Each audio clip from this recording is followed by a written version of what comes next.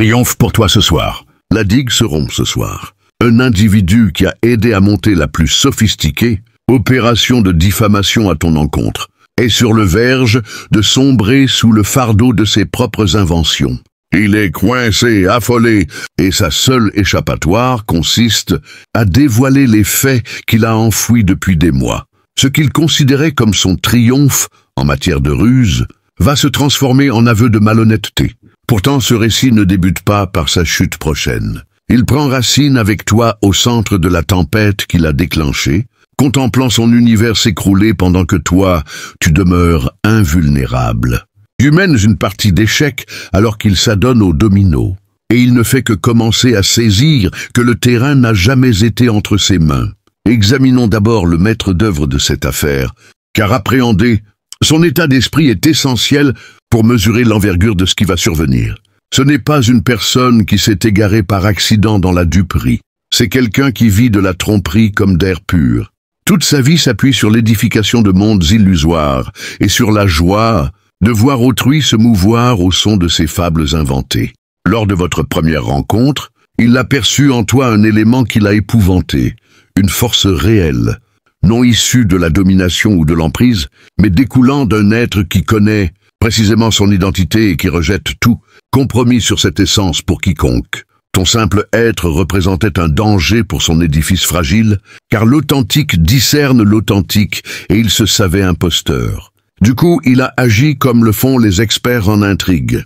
Il s'est mis à t'analyser non pour te cerner, mais pour dénicher des points faibles. Il a scruté ta façon de naviguer dans l'existence, tes liens avec les autres, tes priorités. Il dressait un portrait mental, traçant tes failles, ourdissant un conflit dont tu ignorais l'existence. Le brillant de son stratagème tenait à sa subtilité.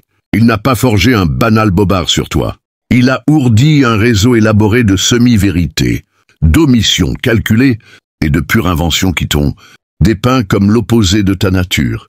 Si tu étais bienveillant, il te montrait comme calculateur. Si tu étais assuré, il te faisait apparaître comme prétentieux.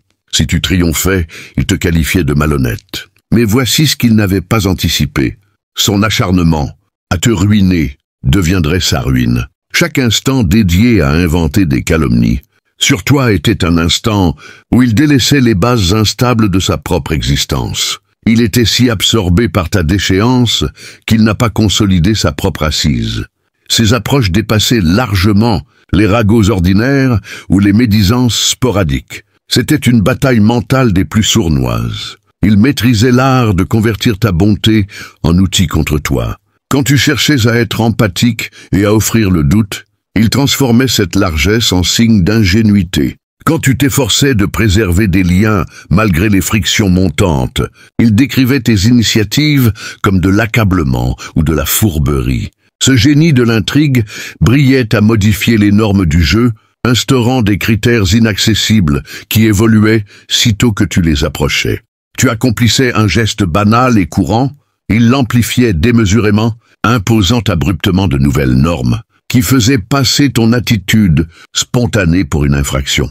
Cette usure mentale visait à te faire questionner sans cesse, à te garder désorienté et impulsif au lieu d'attentif et méthodique. Ce qui rendait son offensive particulièrement sombre, c'est la façon dont il a mobilisé les interactions collectives pour gonfler ses fabrications. Il ne s'est pas limité à semer des bruits. Il a bâti des espaces de résonance complets où son histoire fictive pouvait ricocher, acquérant de la légitimité par l'écho plutôt que par les faits. Il savait que si un nombre suffisant d'individus reprenait la même invention, elle paraîtrait réelle aux yeux de ceux qui n'y regardaient pas de près. Les indices prémonitoires étaient présents dès l'origine, même si la majorité les a ignorés. La manière dont il évoquait ton nom avec un excès d'assurance. Les anecdotes suffisamment précises pour sembler plausibles, mais pas assez pour être contrôlées. Les sentiments qui paraissaient un peu forcés plutôt que naturels. Toi, tu as détecté ces alertes car tu es le choisi. Tu perçois ce que les autres omettent. À présent, le second protagoniste de cette saga mérite un examen spécial, car ces mobiles étaient peut-être les plus basiques et par conséquent les plus périlleux. Cet individu n'a pas participé à ta ruine pour des motifs tactiques ou un avantage matériel. Il l'a fait parce que ton être, lui, rappelait tout ce qu'il n'était pas et ne saurait jamais être. L'envie est une passion intrigante car elle contraint l'envieuse à admettre sans cesse la prééminence de son objet. Chaque jour, il devait s'éveiller et affronter la réalité que tu détenais une qualité qu'il convoitait ardemment mais ne pouvait égaler. Ton magnétisme inné, ton assurance vraie, ta faculté à susciter un égard et une estime authentique. Tout cela lui rappelait quotidiennement son propre sentiment d'inadéquation. Mais plutôt que de transformer cette lucidité en élan pour progresser, il a opté pour la voie de la démolition. S'il ne pouvait obtenir ce que tu possédais, il veillait à ce que tu en sois privé aussi.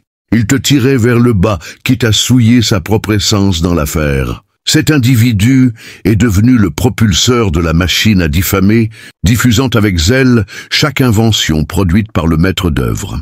Il y incorporait ses propres nuances, ses propres lectures de tes actes, son propre fiel dans l'histoire. Il ne se bornait pas à relayer des inventions. Il les affinait, les rendant plus ravageuses, plus convaincantes, plus anéantissantes. La splendide ironie, c'est que son envie l'a rendu aveugle à sa propre condition.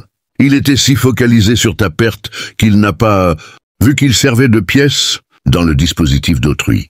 Le maître d'œuvre requérait son ardeur et sa disposition à se compromettre, mais il n'avait jamais prévu de partager un vrai pouvoir ou un gain avec lui.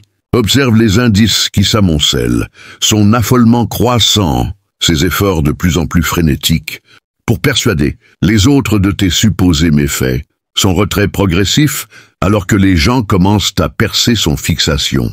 Il est sur le point de découvrir que l'envie est un venin qui ronge le vase qui le renferme. Mais il y a un aspect encore plus pervers dans le rôle de cet adjoint. Il était disposé à immoler ses propres liens et sa renommée pour assister à ta chute. Il a rompu avec des connaissances mutuelles qui déclinaient de s'associer à son offensive contre toi. Il a terni sa propre fiabilité en devenant de plus en plus obsédé et déraisonnable dans ses assauts. Son envie l'a dévoré si totalement qu'il n'a pas perçu comment cela ruinait sa propre existence en direct. Le trait le plus éloquent de son attitude était la façon dont il jubilait à chaque revers supposé dans ton parcours, tout en feignant en parallèle d'être la proie de tes supposés méfaits. Cette incohérence trahissait la vraie essence de ses mobiles. Il ne visait ni équité ni sauvegarde. Il poursuivait le plaisir tordu de voir souffrir quelqu'un qu'il admirait secrètement.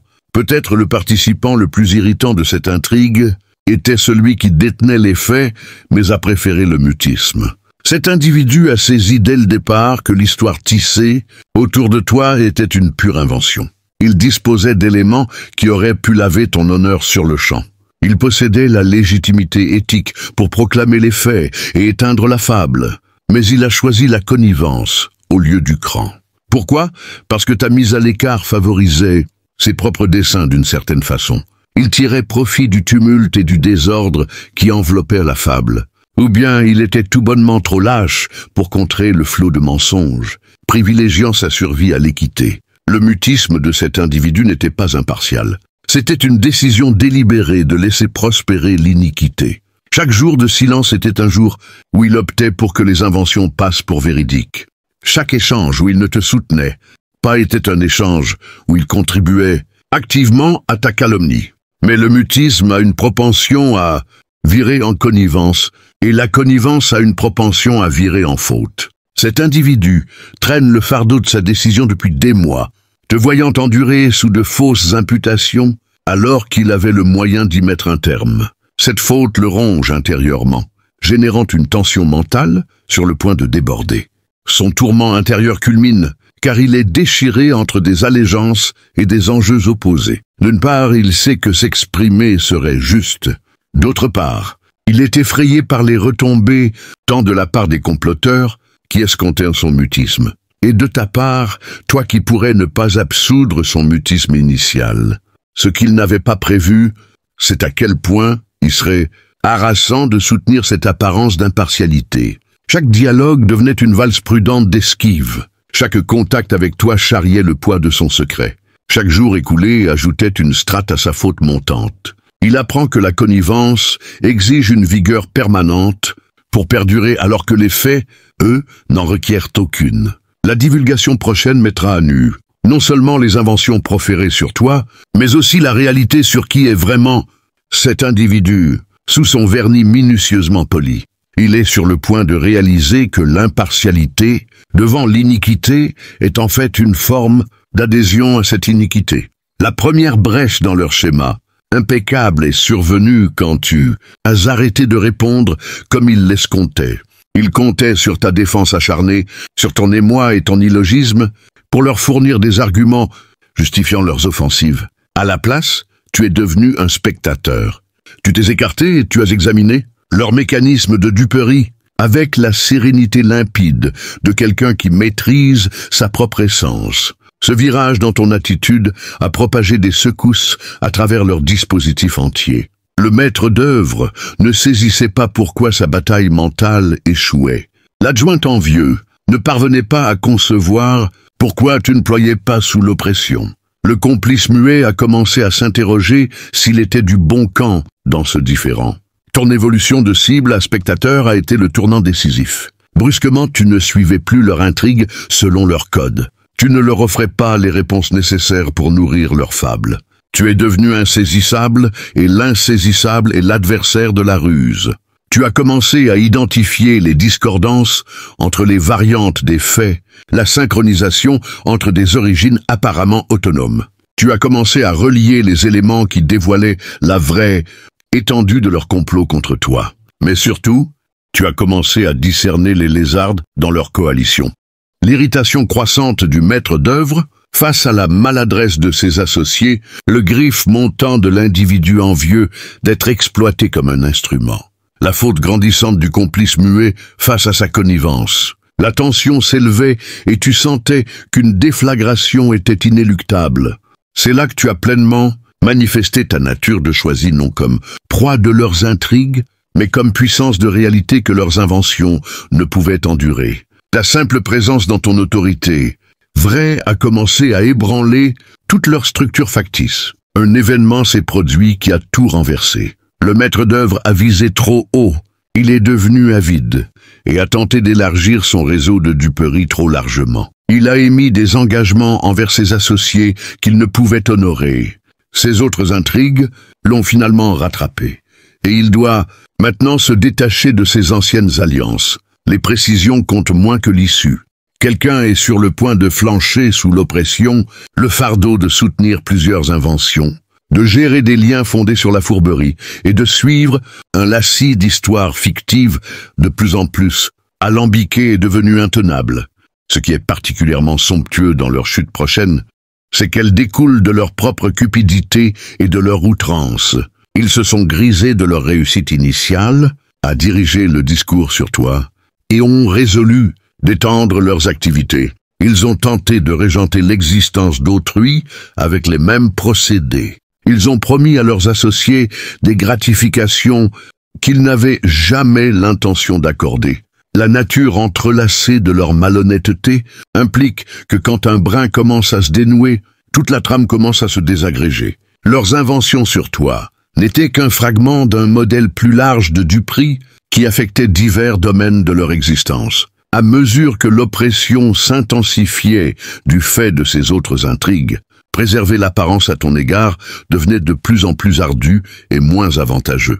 Il est aussi envisageable qu'ils aient rencontré quelqu'un de plus implacable qu'eux, quelqu'un qui a transpercé leurs ruses et a retourné leurs propres procédés contre eux. Rien ne démasque un intrigant comme d'être devancé par quelqu'un qui maîtrise mieux ses techniques. La première lézarde s'est traduite par la fureur montante de l'adjoint envieux. Il escomptait une gratification pour avoir aidé à ta ruine. Mais cette gratification ne s'est jamais concrétisée. En réalité, il commence à comprendre qu'il a peut-être été dupé. Les engagements qui lui ont été prodigués se révèlent aussi illusoires que le discours qu'il a aidé à forger sur toi. Le complice muet endure quelque chose de pire. Encore, la lucidité qu'il a sacrifiée, son honneur pour rien. Il croyait que son mutisme le préserverait, mais au contraire, il l'a rendu complice de quelque chose de bien plus grave qu'il ne l'avait saisi initialement. La faute se mue en affolement, tandis qu'il mesure l'étendue de ce à quoi il a adhéré. Mais le maître d'œuvre affronte la pire conjoncture de toutes. Son royaume d'invention minutieusement édifié s'effrite et ses comparses commencent à se rebiffer contre lui.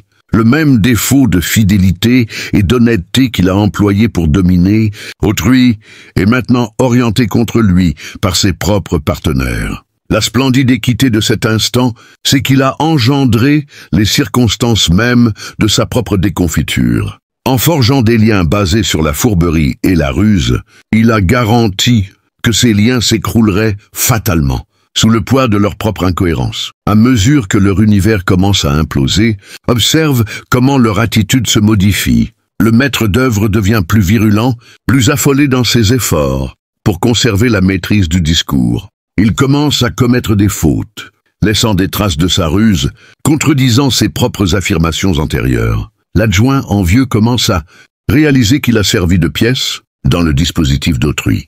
Son ardeur à te ruiner est supplantée par la rage d'avoir été dupé lui-même. Il commence à douter des récits qu'on lui a servis, des engagements qu'on lui a prodigués, du rôle qu'on lui a assigné. Le complice muet ne peut plus endurer le fardeau de sa connivence. Chaque jour apporte de nouvelles preuves de l'iniquité qu'il a laissé fleurir par son mutisme. La tension mentale atteint un seuil intolérable, et il quête un moyen de l'alléger, sans s'anéantir dans l'opération.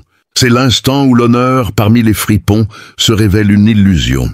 Quand les individus bâtissent des liens sur une malhonnêteté commune plutôt que sur des principes communs, ces liens s'effondrent immanquablement lorsque la malhonnêteté devient trop pesante. Les alertes qui se sont accumulées durant cette épreuve atteignent maintenant leur zénith.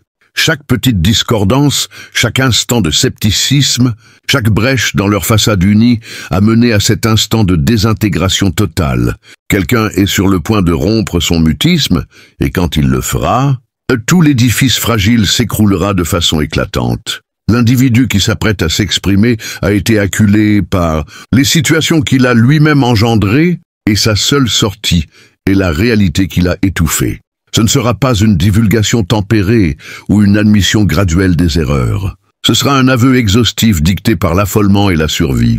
Il mettra à nu non seulement son propre rôle dans ta diffamation, mais aussi celui de ses comparses. Le déclencheur de cet aveu pourrait être une contrainte judiciaire, des retombées pécuniaires ou simplement la prise de conscience que son mutisme ne le sauvegarde plus. Peu importe, les écluses sont sur le point de céder de manière fracassante. Ce ne sera pas une divulgation méthodique et maîtrisée.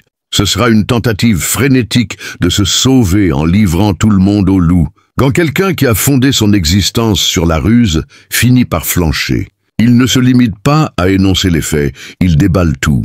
Des années de remords enfouis, de rancune envers ses comparses et d'appréhension des retombées vont se répandre en un flot irrépressible. Ils révéleront des éléments que tu n'avais jamais envisagés, des liaisons que tu n'avais jamais soupçonnées, et des mobiles, encore plus vils et rancuniers que tu ne l'aurais imaginé. Cet aveu dévoilera la vraie envergure du complot contre toi. Combien d'individus étaient engagés?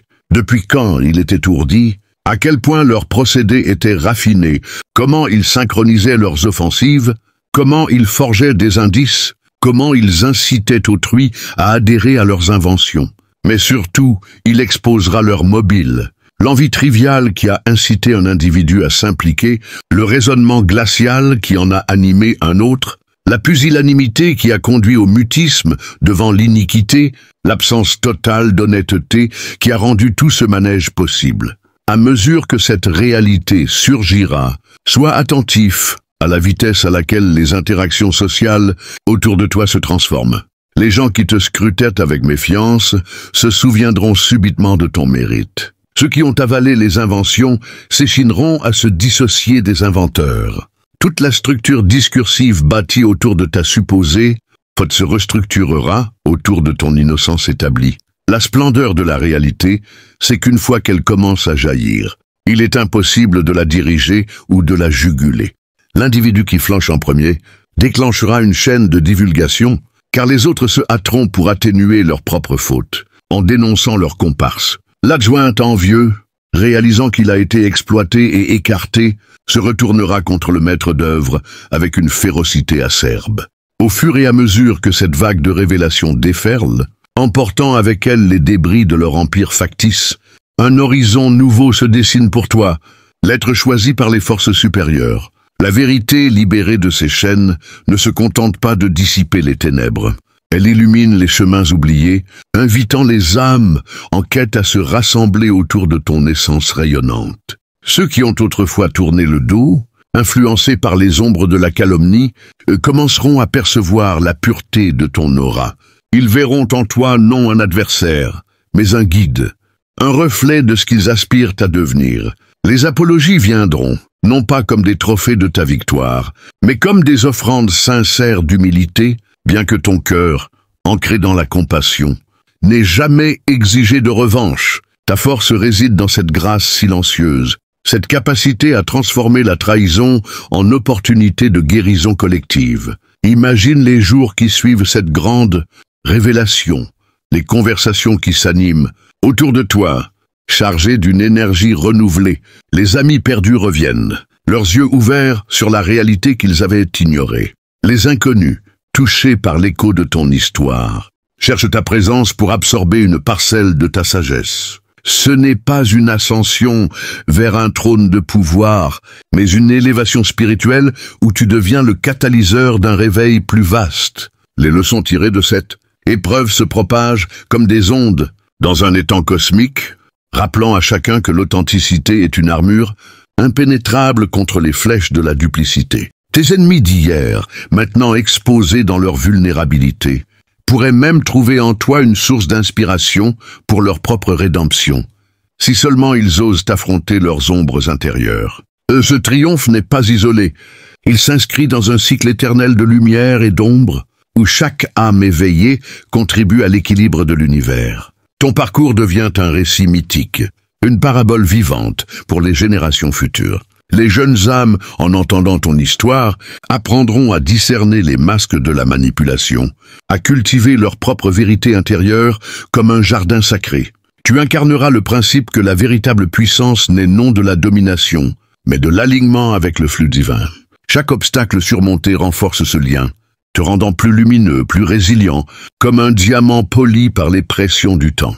Si ces mots éveillent en toi une résonance profonde, si tu sens l'appel à explorer les mystères de l'âme et les vérités cachées de l'univers, c'est le moment d'agir. Abonne-toi à la chaîne Âmes éveillées pour plonger dans des récits inspirants, des méditations guidées et des enseignements spirituels qui élèveront ton être.